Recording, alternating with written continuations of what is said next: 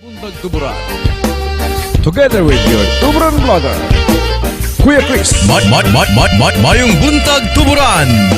Mayung buntag tuburan. Mayung buntag sa tanan. Mayung buntag. Bayang mag-inim, kalas ang sinangalan, alam ng puso, sa dibdib mo'y buhay.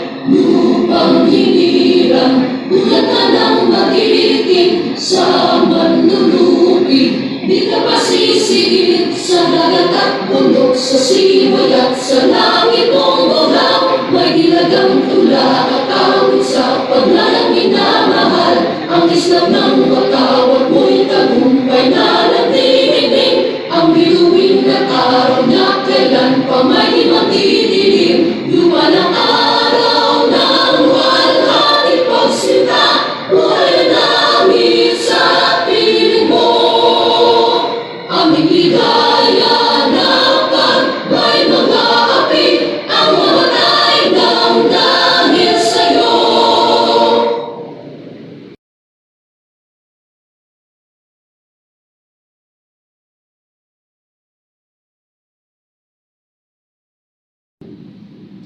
Pambansang punong himpilan, tanod baybayin ng Pilipinas.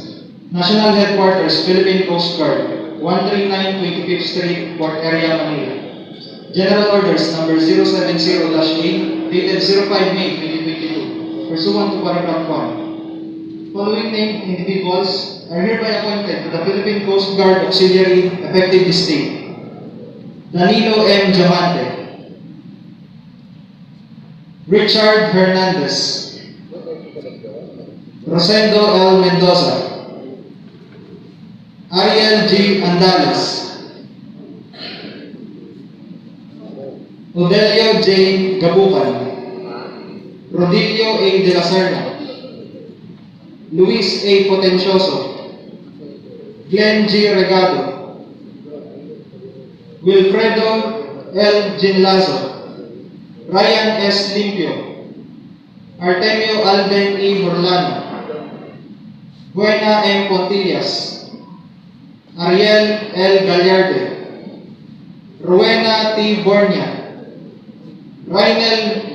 Bot, Eugenio M. Arrigo, Wilfredo M. Diamante, Marvin M. Monterola, Jeriel B. Ascendente, Earl Franz Abakita, Allen Bonifacio Oteda, Aldrich Horlano, Teofilo T. Aro, Renato M. Antiojo, Rodrigo G. Gomiala, Renante P. Labajo, Rian M. Luceñara, June Harley Y. Luceñara, June Ray C. Lumapis, Jane Boy C. Malooy, Michelle G. Peligro, Rodolfo A. Lubama, Jose Q. Cruelo Sr., Francisco T. Tabutabo, Rod Mitch Gallardo, Antonio Harry Montebon, Jerry C. Loterio, Mark Antonio B. Paglinawan, Lord John A. Apares, Mark Francisco S. Aves, Joven B. Berry, Buenaventura M. Domicilio Jr., Arnold P. Menyes, Malvin F. Nunez, Mark Vincent T. Patindon, Robert M. Nelias, Bienvenido O. Molero Jr., Jonathan J. Lopez, Karen Joy L. Pipito, Jason D. Arbois, Cirilo D. Dali, Kelvin Gitgit, Reynaldo V. Menyes, Dave Jel M. Duato, Terence A. Hopia, and Eleazar L. Vizcaino. Pursuant to Paragraph 2, following named individuals, after having been appointed to the Philippine Coast Guard Auxiliary, are hereby designated with honorary ranks effective this day. Commander Danilo M. Diamante, PCGA. Lieutenant Commander Richard Hernandez, PCGA.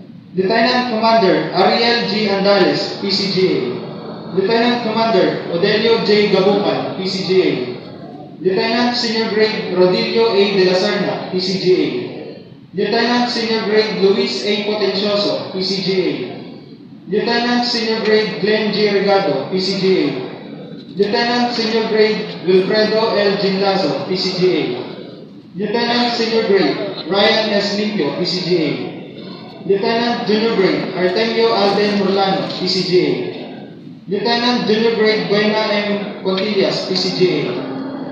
Lieutenant Junior Grade Albert Gallarde, PCGA. Lieutenant Junior Grade Rowena Bornia, PCGA.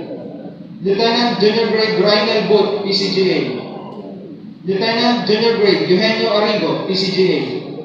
Lieutenant Junior Grade Wilfredo Diamante, PCGA. Lieutenant Junior Grade Marvin Monterola, PCGA.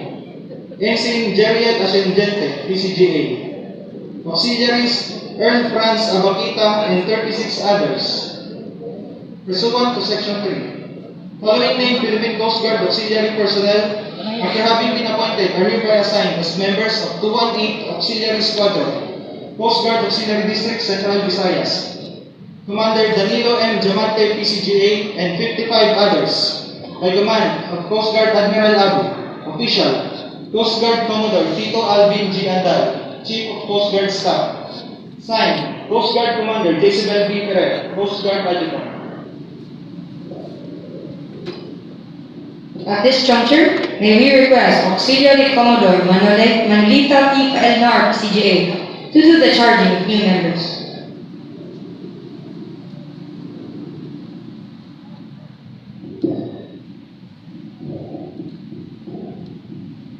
Good afternoon. To all the inductees, I salute you and welcome you aboard to the world of the Philippine Coast Guard Auxiliary, or PCGA for short. It gives me a great pleasure to be one to charge you before your formal induction as officers and members of the 218 Squadron of Coast Guard District Auxiliary Central Visayas. It may interest you to know that you are joining a group of men and women who have distinguished themselves in their civilian life, and you are no exemption. The PCGA is a non-organization of more than 20,000 businessmen and professional leaders nationwide. It was formed primarily to assist the Philippine Coast Guard in the discharge of its functions of promoting safety of life and property at sea, preserving the marine environment and conducting maritime search and rescue operations and enhancing coastal community relations. The PCGA is a uniform, non-government organization with a military structure and has its own chain of leadership and management. The PCGA is composed of 15 auxiliary districts, which is parallel to the organizational structure of the Philippine Coast Guard all over the country. The organization is a non-political and non-sectarian, and whatever PCGA members do, they so as volunteers. Membership in the PCGA is by invitation only. You all have been invited in recognition of your being and stand out in your chosen civilian endeavor and provisions and the potential help that you can provide and extend in the terms of providing humanitarian service to the Philippine Coast Guard in the performance of their functions and attainment of their missions. That before you all are formally inducted and be counted as officers and members of the 218 Auxiliary Squadron, Coast Guard Auxiliary District Central Visayas, allow me to ask you two important questions, and your answer to these questions should be loud and clear for others to hear. Did you all become PCGA on your own free will? Are you all of local age, thoroughly prepared, and well qualified to take on their responsibilities and obligations Obeying a member of the PCGA? At this point, I would like to request the attention of our Coast Guard Admiral Artinian Officer. All the conditions have answered the two questions with a resounding yes. When asked to do service for the PCGA, considering that you have all expressed your willingness to join the PCGA, may I inform you that you have to assume responsibilities and obligations such as payment of your PCGA annual dues on time, attendance in your scheduled meetings, and active participation in activities on your respective unit assignment. You should learn to grow more in PCGA by attending seminars, acquiring information through handbooks and guides, and PCGA regulation manual available in print and posted on the PCGA website www.pcgauxiliary.com. Again, welcome to the world of the auxiliary movement, and we hope that your becoming a member of the PCGA will bring luster to your way of life, particularly to the wearing of the prescribed uniform. Wear your uniform properly with pride and dignity as you bring honor to the organization. As my parting message, always keep these words of wisdom in mind of PCGA members. We make a living by what we receive, and we make our life worth living by what we give. Thank you, and congratulations to all.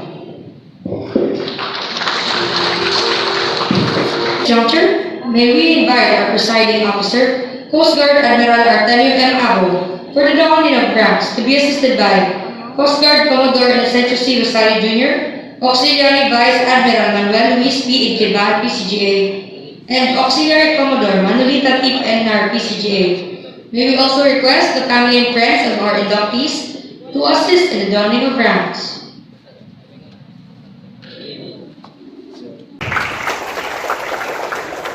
Commodores, officers, and auxiliaries, and members, and visitors. Magandang hapon po sa ating lahat. Ikinatagalan namin na dito naganap ang dawning and induction ceremony sa bayan ng Tuburan. At pinakaswerte tayo mga PCGA na mismo ang ating kamanda o Philippine Coast Guard na si Admiral Abo ang nagkita sa atin. Maraming salamat, sir. Ang kagandahan sa amin, kasi more than 50% of elected officials from the SB members are member din ng PCGA. At mayroon pang isa, no? May vice president, kapitan, at pati ang participants namin, no? Si Padre Willie, may kasamahan din namin sa PCGA. Mga department heads and staff. So, para sa akin, isang karangalan mapabilang sa PCGA. At nagpapasalamat ako ang aking mga kasamahan sa PCGA sa Philippine Coast Guard na nakabilang kami. At kung ano man ang mga programa at adikain ng Philippine Coast Guard ay aming susuportahan at tutulungan. Lalo-lalo na ang ating ama ng bayan na si Commodore Mayor Aljon Diamante ay mas nauna sa amin at halos lahat ng department heads at SB members ay kasama.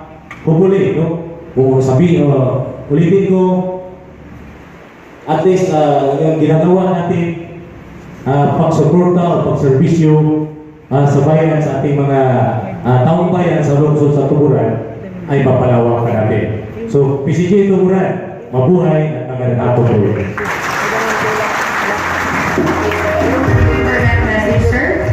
Now, lastly, to render his message for today's occasion, may we request Mayor the Mayor-elect Municipality of Tuburan, Auxiliary Commodore Democrito Adjo M. Diamante, PCGA Executive Squadron.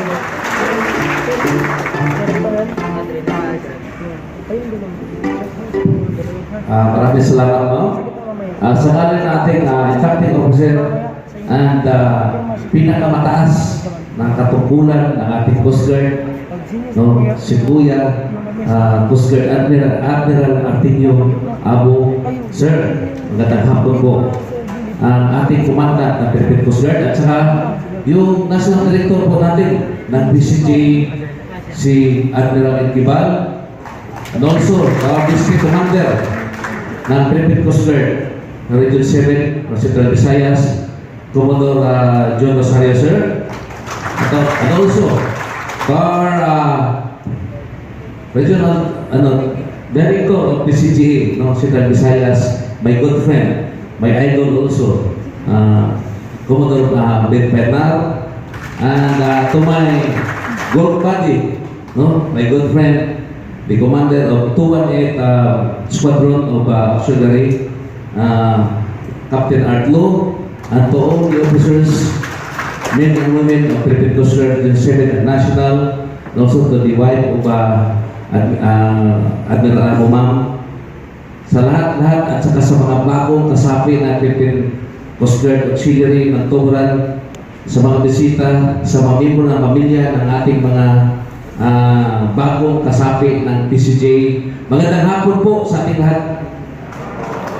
Kaya po nang sabi ng aking kapatid na karaniwang mayor ng ating bayan, malaking karangalan po na mismo ang pinakamataas na katungkulan ng Philippine Coast Guard ang nagduning at nagpatikot sa ating mga miyembro ng PCGA dito sa bayan ng Tuburan.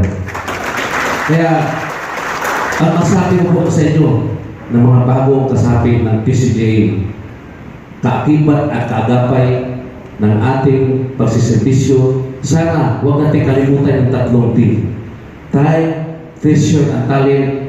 But for me, the most important is literacy, commitment. Huwag natin gawin, take for granted yung pagiging PCGA natin. Sana po, ilagay natin sa isipan natin na itong nangyari sa buhay natin ngayon, na mismo si Admiral Abo ang nagpatikot sa atin. Sana po, i-treasure natin ito na sa kasaysayan ng PCGA Tuburan. Kailangan yung pinakamataas na commitment na ginagawa natin para sa mga kababayan natin sa Tuburan at saka sa lahat ng tao na nasasakupan natin. Sana yun ang pinaka-importante. Bukod sa tatlong T, ang pinaka-importante is ang literacy or commitment bilang isang kasapi ng PCGA. So sa lahat, sabi ko nga, halos wala akong masabi, no? Dahil overwhelmed talaga ako ng mismo si Kuya, kasi Kuya rin natin ito, si Admiral Abo po ang pumunta dito. 2 helicopter ang dumating para lamang mag-take out kayo bilang kasapi ng PCGA. So sa ating lahat, maraming salamat. And God bless us all. Thank you. Thank you, sir, for that inspiring message. At this juncture, may we request the Commander, Coast Guard District, Central Visayas, Coast Guard Commodore Nasencio C. Rosario Jr., to formally introduce our guest of honor and presiding officer in this momentous occasion.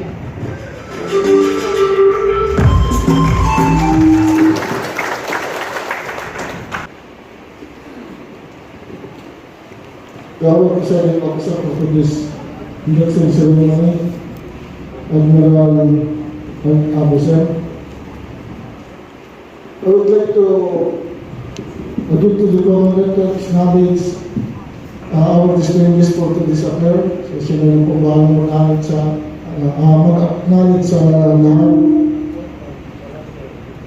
Of course, it is my great honor and delight to introduce our guest of honor for today's momentous occasion in front of the dedicated men and women of Coast Guard Auxiliary, service here in Central Visayas, as well as their family, friends, and fellow Coast Guard men. That we award no amount of words can fully define the 29th Commandant of the Philippine Coast Guard. So, for you to know more about him, let us take a look at the audio-visual presentation that we prepared for him and for us to know him more. Please, the audio-visual presentation, please.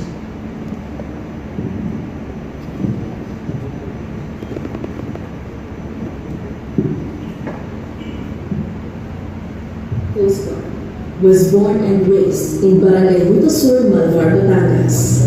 He is the second among the 11 children of Mr. Benjamin and Dalia Agu and Mrs. Lolita Manalo Agu, and takes pride of his status as a farmer's son. He valued the importance of education and excelling academically, where he completed his elementary and secondary education as valedictorian. He is a graduate of the Philippine Military Academy Tanlaw Biwa class of 1992 in Baguio City, where he completed his bachelor's degree.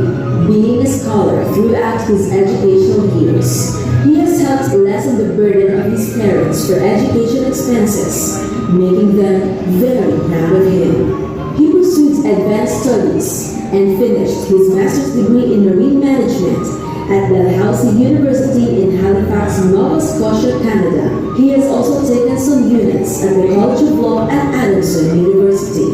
He has attended and represented the country in numerous training programs and seminars, locally and abroad, such as in Canada, United States of America, Indonesia, Hawaii, Japan, Singapore, France, Western Australia, and United Kingdom. He has also served as the head of mission of the Philippine delegation during the IMO conventions that were held in London, South Korea, and in Thailand, where he has used such valuable experiences in further improving his work and in helping the Philippine Coast Guard. His preparation in assuming positions of greater responsibility includes his assignment in staff offices, instructor's duty, and sea duty. He has been assigned as provincial head of the Coast Guard in Camarines provinces, Masbate, and Puerto Princesa City in Palawan. He has also served as commanding officer of various categories of Philippine Coast Guard commissioned vessels and BFAR vessels, namely BRP EDSA 2 or SARB 002, BRP Ilocos Norte or SARB 3501, and MCS 3008. The years of his seagoing missions were approached and was known for his sharp judgment, however, with a big heart, to serve with humility. The thriving missions remained him grounded, where he later earned the most coveted Command at Sea badge. He was also assigned as the commander of Coast Guard Ready Force, a unit that takes care of the Coast Guard sailors and ships. During his stint, he was instrumental in the design, identification of technical specifications, and qualifying the manual requirements for the 10 brand new Philippine Coast Guard Multi-Role Response Vessels or MRRVs, which were acquired by the Philippine government from Japan and France, to include the newly acquired and the latest PCGA vessel, the 97-meter Multi-Role Response Vessel, BRP Teresa Magbanwa. He has also served as the Coast Guard Regional Commander in Southern Visayas, which covers the provinces of Negros Occidental, Negros Oriental, and Siquijor. Said district takes pride in his achievements as the pioneering district commander, who is tremendously adored and respected by his men, the PCGAs, the maritime stakeholders, and the community as well. He was also assigned as the commander of Coast Guard District Southern Tagalog, covering the provinces of Batangas, Quezon, Marinduque, Mindoro Oriental, Mindoro Occidental, and Romblon. During the Taal volcano eruption incident in 2020, he was designated as the commander of the Task Force Taal, a response organization of the government, which earned recognition and accolades from the affected community, the responders, other government agencies, and the eventually propelled the Coast Guard as a uniformed, maritime, and humanitarian service of the country. He has also served as the Deputy Commander and subsequently designated as Acting Commander of the Marine Environmental Protection Command, where he was instrumental in the significant improvement of the living condition and teamwork of personnel assigned at the MAPCOM headquarters. He was assigned as the commander of Coast Guard Education, Training and Doctrine Command, whose vision is to make CGETBC as the prime mover in defining the culture and identity of the Coast Guard through mentorship. Prior to his present position, he takes pride as a maritime safety advocate, being the commander of the Maritime Safety Services Command. He aims nothing but to broaden the reach of his service, accompanied by the utmost trust and support of his men. With his vigor and determination to serve the public and the country, his prime years in public service were never left unnoticed, with the numerous awards he received throughout his career. Among the awards conferred to him are Coast Guard Distinguished Service Medal and Ribbon as Commander, Coast Guard Bronze Cross Medal and Ribbon, Coast Guard Superior Achievement Medal, Coast Guard Merit Medal, and other distinctive medals, ribbons, recognitions, and commendations. An ambassador of goodwill. He also devotes his time to civic activities and community development, leading to the assumption of various key positions in the Philippines Freemasonry and his alma mater Alumni Association.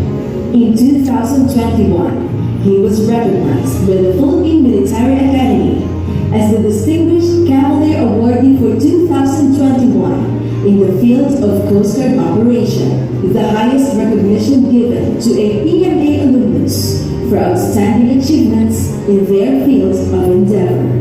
Weeks after he assumed as the 29th Commandant of the Philippine Coast Guard, he was elected as the new chairperson of the Regional Cooperation Agreement on Combating Piracy and Armed Robbery Against Ships in Asia Information Sharing Center, or WCAA-ISC Governing Council.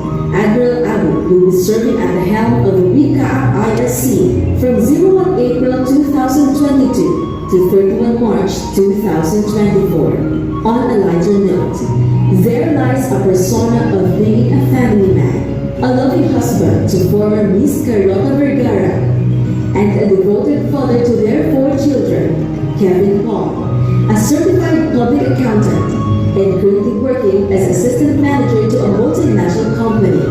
Carissa Pamela, a 3rd-year medical student at UP College of Medicine. Kurt Patrick, on his 4th year in the College of Engineering at the University of Santo Tomas. And Karina Paula, a 3rd-year high school student at De La Salle Lipa.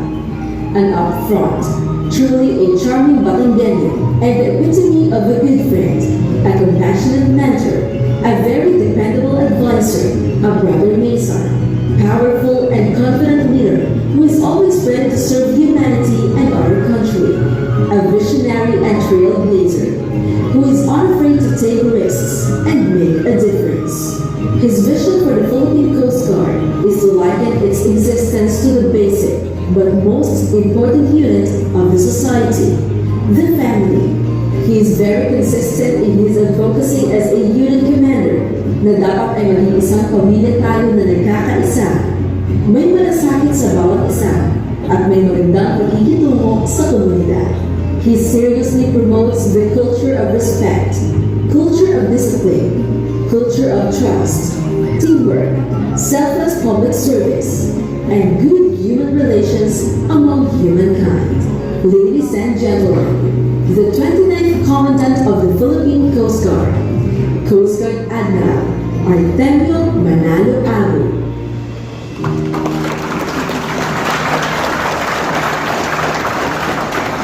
Ladies and gentlemen, join me in welcoming the 29th Commandant of the Philippine Coast Guard, Admiral Artemio Manalo Abu. Thank you.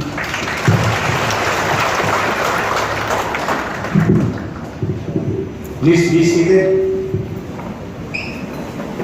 Maraming salamat, Commodore John Rosario, for that very kind and generous introduction. Alam niyo po, yung pagpunta namin sa Tuburan sa araw nito ay isang history, not only here in the municipality of Tuburan, but also in the history of the Philippine Coast Guard. Matagal na po ginanayahan ng inyong mayor, si Admiral Abu, para makarating sa bayan ng Tuburan. At para sa kaalaman po ng lahat ng ating kababayan dito sa Tuburan, talaga pong pinagmamalaki ng ating butihing mayor ang bayan ng Tuburan sa lahat ng lugar sa ating bansa.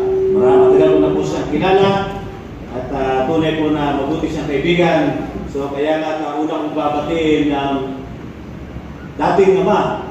At ngayon naman ay alam ko ay siya rin ang tumatayong gabay sa ama ng Tuburan, my good friend, Commodore Aljun Diamante, Mayor. Well, of course, I wish also to acknowledge the incumbent mayor, also my brother, kapatid rin po natin sa Philippine Eagles, the incumbent mayor, and now a commander. Kuya, kanina as mentioned by Kuya Manny Tibal, entry rank lang muna, pero huwag ka mag-alala, very soon.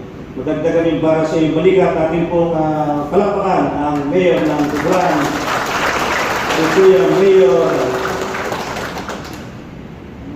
Dani Diamante. And of course, also with us here is the National Auxiliary Director. Counterpart po ito. Tayo pong auxiliary ay galing tulad ng regular na Philippine Coast Guard. Similar po yung structure natin. Kami pong regular na Coast Guard. Kami yung may sweldo. Kayo yung auxiliary. Kayo yung walang sweldo. Tumutulong kayo sa Coast Guard. Nagpresenta kayo, nag-volunteer kayo. At isinama ko po sa araw na ito dahil itong mga pagkakataong ito ay napakahalaga para sa amin. Kaya sinama ko yung National Auxiliary Director, isa rin mabuting kaibigan, Admiral Manny Tibal. Also with me here, of course, yung regional head ng Coast Guard dito sa Central Visayas, we call the unit as District Commander. Commodore Sayo Rosario Jun. At yung po katabi niya, yun yung counterpart niya dito sa region. Alam mo, madam, matagal na po ito kaibigan Ano ba yung meaning ng pangalan mo, Manolita? Manolita means beautiful lady. So, palakpakan po natin ang District Auxiliary Director, Commodore Manolita Pelnar. And of course, dati ko na rin po kaibigan, Facebook mate ko ito So, kayo dito sa Facebook, kapangalan ko pa, Commodore, baka suntubi Commodore, Captain Art Law. Tatlong bagay, actually, pagkatid ko dito, kung mapansin nyo, may binigay silang message na babasahin ko. 15 pahina to. Pero, ano po, mga gutom na tayo, and of course, I want to speak before you coming from my heart. Dahil nga po napakahalaga ng pagtitipon nito. So, of course, isinamarize ko na yung speech na nandito ang sunod nila. Tatlong bagay. Una ay pagpapakilala at pagpapasalamat. Pangalawa ay pagbibigay ng kahulugan. At ang pangatlo ay pagubili. If you will note, ang tawag doon ay PowerPoint.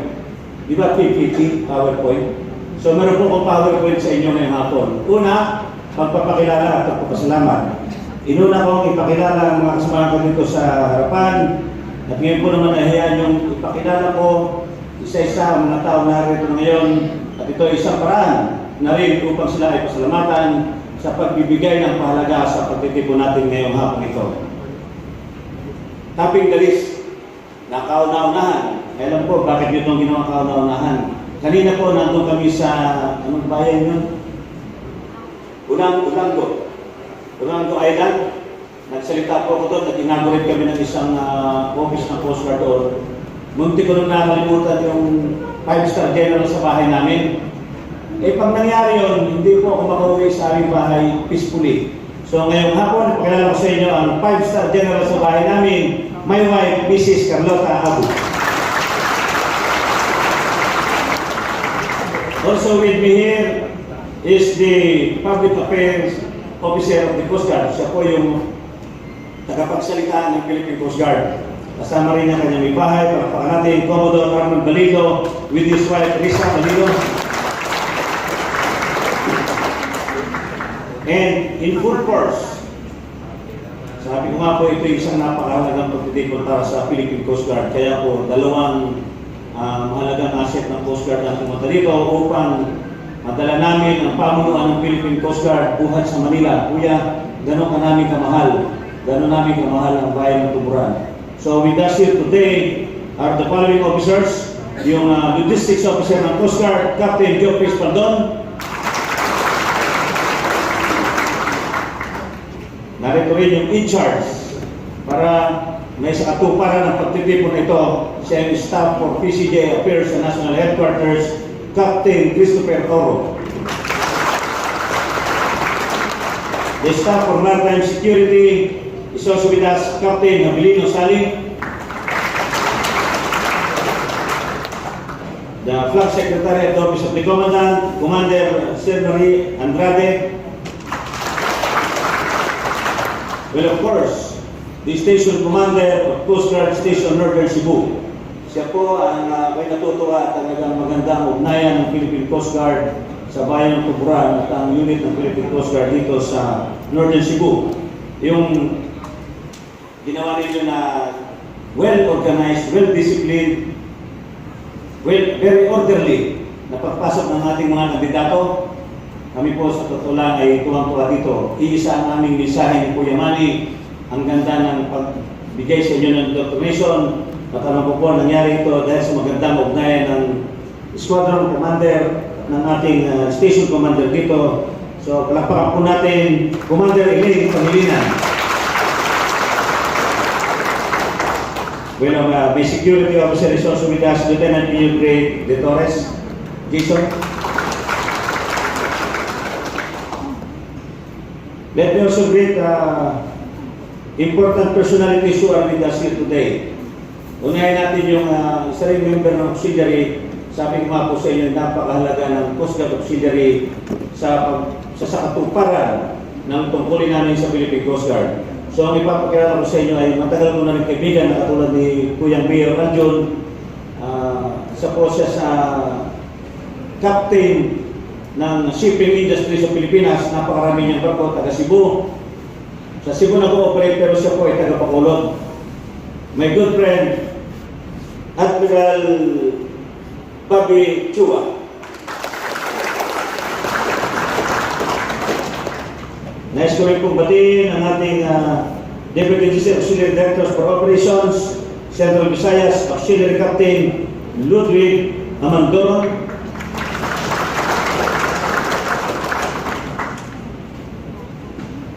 And the National Auxiliary Director also brought with him the Chief of Staff. Kasi nga po, para sa kalaman ng lahat, at alam ko naman ay alam na ninyo ito, bakit nga din kami pumarito? Kasi sa darating na Hulyo, is it July?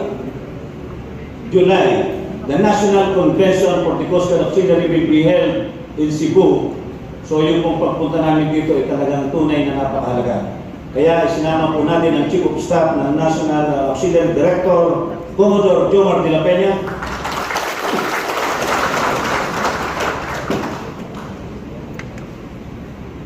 And of course, the drivers, yung aming pong piloto.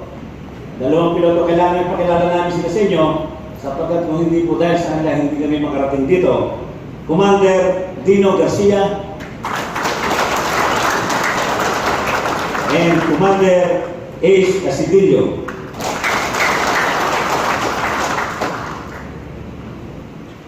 Other senior officers of the Coast Guard, PCGA officers and non-officers, men and women of the Coast Guard, fellow workers in government here in Tuburan, magandang hapon po sa inyong lahat. Hayaan niyong batiin namin kayo buhat sa pamunuan ng Philippine Coast Guard. Good afternoon, my fellow Coast Guardians. Ganyan po ang aming pagsasama-sama sa Philippine Coast Guard. kailangan po ay nagkakaisa tayo tatlong bagay na dapat ay pareho tayo. Meron tayong common understanding, meron tayong common experience, and nandyan po, respeto natin sa bawat isa. So, ang unang bahagi ng aming pananalita na pagpapakilala at pagpapasalamat ay natapos na. So, napakilala ng bawat isa at ipinahayag ko po ang aming pagpapasalamat sa buong kasabutihing mayor, the incoming and outgoing, sa pamunuan ng auxiliary dito at ng Philippine Coast Guard leadership. Maraming salamat sa inyo lahat for making this occasion possible. Pangalawa ay pagbibigay ng kahulugan. Why are we gathered here today? Alam ko na noong indoctrination ninyo ay nabigyan na kayo ng background kung ano ba talaga yung pinasok ninyo na ito. What Coast Guard Auxiliary is all about. The Coast Guard Auxiliary is the only non-government organization which is created by law. Wala po kayong makikita ng samahan, organisasyon sa buong Pilipinas na ginawa ng batas. Only the Coast Guard Auxiliary was created by the legislation. Kayo lang po. So, kayo po ay bahagi namin, isang pamilya po tayo sa Philippine Coast Guard. Kaya isang magandang identity na meron kayo ay kayo po ay creation ng batas, ang Coast Guard Auxiliary. At kanina ay nakita ko noong mag-flag-raising tayo, I can see the real difference and I want it known to you. Noong pong umawit tayo ng pambansang awit kanina, itong mga bagong i-induct natin actually, sila lahat nakaganito sa puso. Tayo ay nakasaludo ng regular na Coast Guard and regular na auxiliary. So from here on, nakita na agad natin kung ano ba ang kaibahan.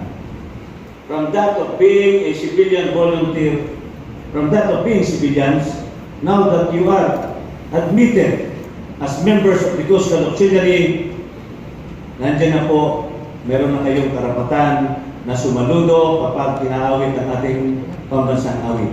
Napakalaking kaibahan. Eh, subukan nyo hindi kayo member ng Philippine Coast Guard Auxiliary. Will you be given the rights and privilege to render a salute? Hindi po. So, yan po isa sa mga the only thing that, one among the things na meron tayo, being members of the Coast Guard Auxiliary. Pangalawa, kayo po ay inihalin tulad, kauri namin as members of the Philippine Coast Guard. What pleases me more, being the Commandant of the Coast Guard, is by seeing people in government, high-level officials of the government, successful businessmen, professionals, lay leaders. May pari po tayo. Kumbaga ay kayo po ay ang uri ninyo ay mga Pilipino na patunayan ninyo ang inyong mga sarili sa lahat ng larangan kung saan kayo naroon. And yet, hindi kayo nakontento sapagkat ninais pa ninyo na maging bahagi kayo ng Philippine Coast Guard Auxiliary. At yan po ay nagpapataba sa aming puso, especially sa ating sarili as the Commandant of the Coast Guard. Nakakatuwa po na makita na yung mga successful na tao ay sumasama sa amin, nagpresenta upang maging kabahagi namin, wanting to wear the same uniform that we are wearing and are taking pride to be called members of the Philippine Coast Guard Auxiliary. Palakpakan po ang inyong mga sarili. So yan lang po ay isa sa mga bagay na dapat po na pahulugan ng inyong pagsali sa Coast Guard Auxiliary na gusto ko ay inyong isa-isip na ang pagsali po dito ay anchored sa spirit of volunteerism. Actually, hindi naman po kami nangungumbida dahil masama po tingnan yun. Kami na Coast Guard, para bang sinasabi namin na hindi namin kaya ang trabaho namin. At certain point in time, may katotohanan po yun.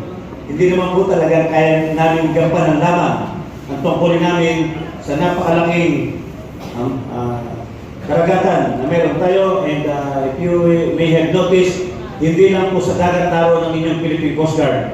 Nandiyan po kami sa airports, sa ports, sa roads, sa railways, hotels, and during the quarantine, in accommodations, nandiyan po yung Philippine Coast Guard.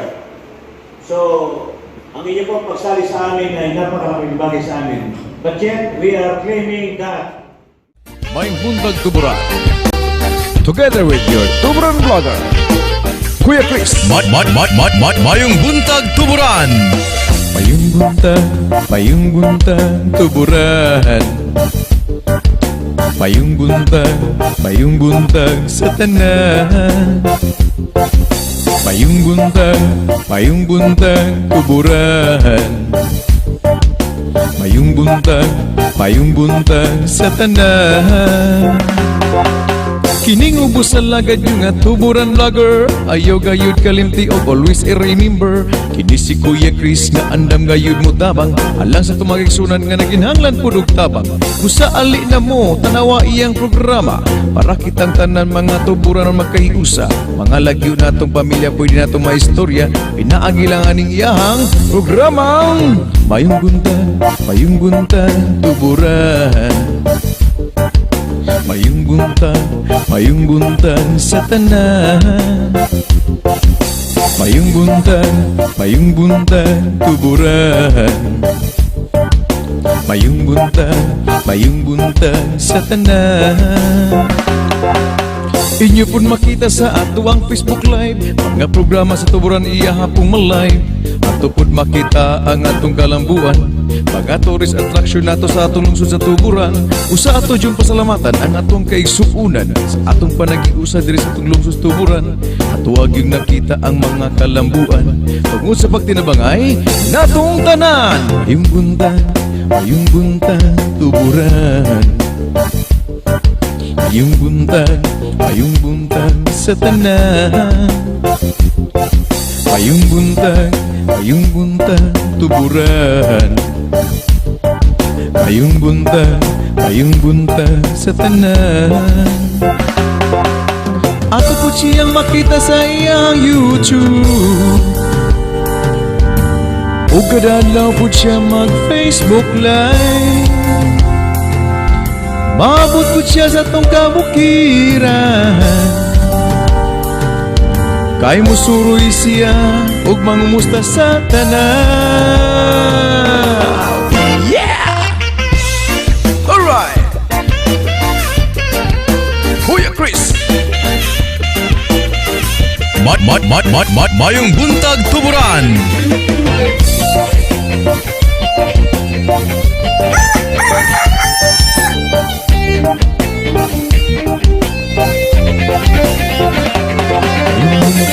Mayong buntag tuburan.